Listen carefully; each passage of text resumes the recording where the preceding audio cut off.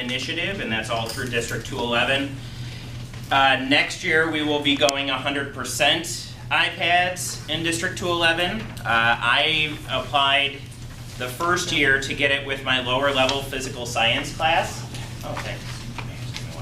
I applied for my lower level physical science class because I wanted to give it to the students that were probably the worst in the school, in a way, to see how they would do it, to see the breaking rate, to see how much of a distraction it is, and whatnot. And I have found the honest truth is that the best thing about having the iPad is the organizational. And it's not so much that these kids have become so better organized, it's that they don't want to lose the iPad and everything is on the iPad.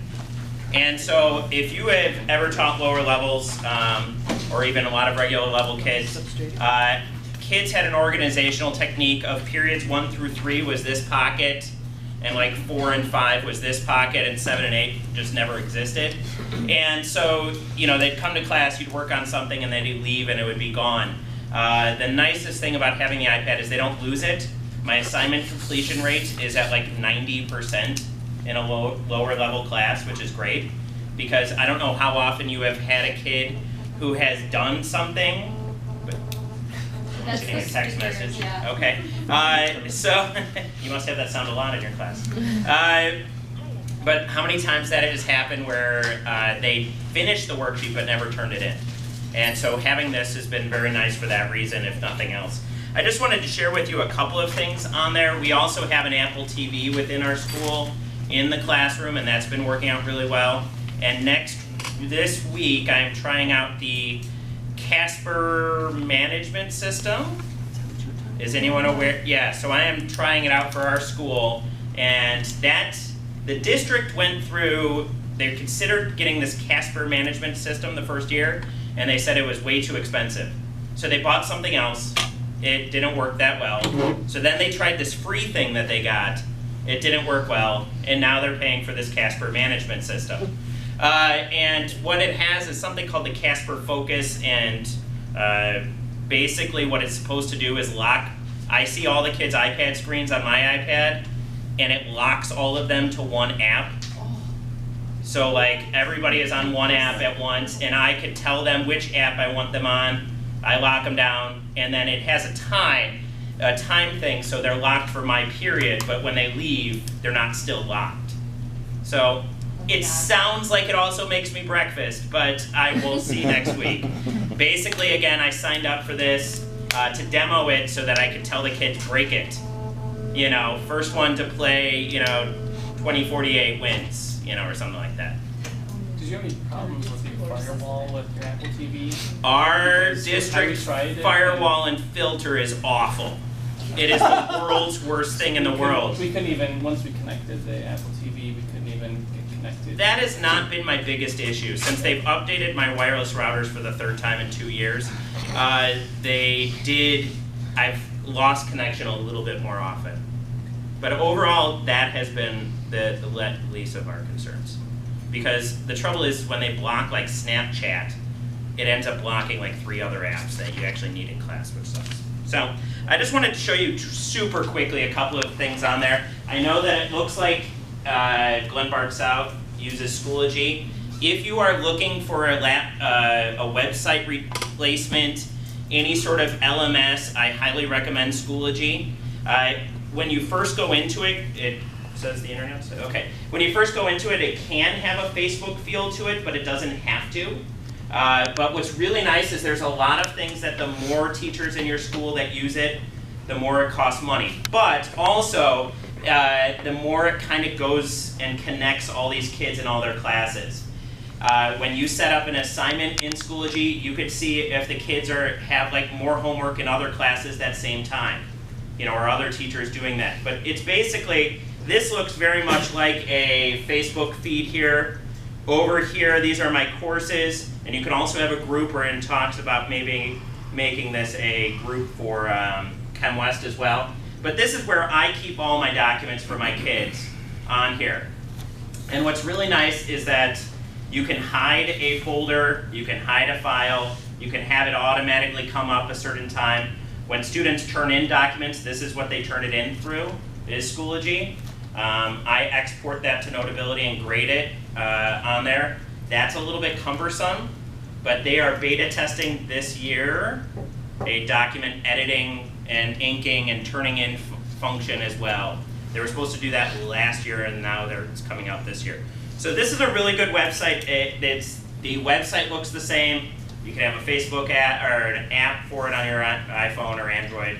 I really like it as opposed to like an Edmodo or anything like that. Yeah? How is it different than Edmodo? I think when I looked at it, and I haven't messed with it for a couple of years, one of the things is definitely the folder structure. It has a gradebook component, if you would like. It has, I know that I'm just yelling out more features. I don't know how it's different besides the folder structure, per se. Yeah, I was on the LMS committee for our district, and it was the folder structure that really got us on Schoology, plus the fact that if you use PowerSchool, it links into PowerSchool, and so that your gradebook can just send the grades to PowerSchool, and everything else links into PowerSchool if you get the, whatever it's called, Enterprise Edition.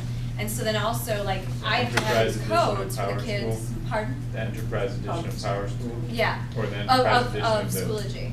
And then also, you know how like usually the kids have to have a code to get into the class? Then instead, they're automatically enrolled in the class with Schoology too, which is really nice. So PowerSchool and Schoology and everything linked together. They also are very much integrated with Google as far as like a Google Drive, Google Docs, as far as the resources go. And they're really trying hard.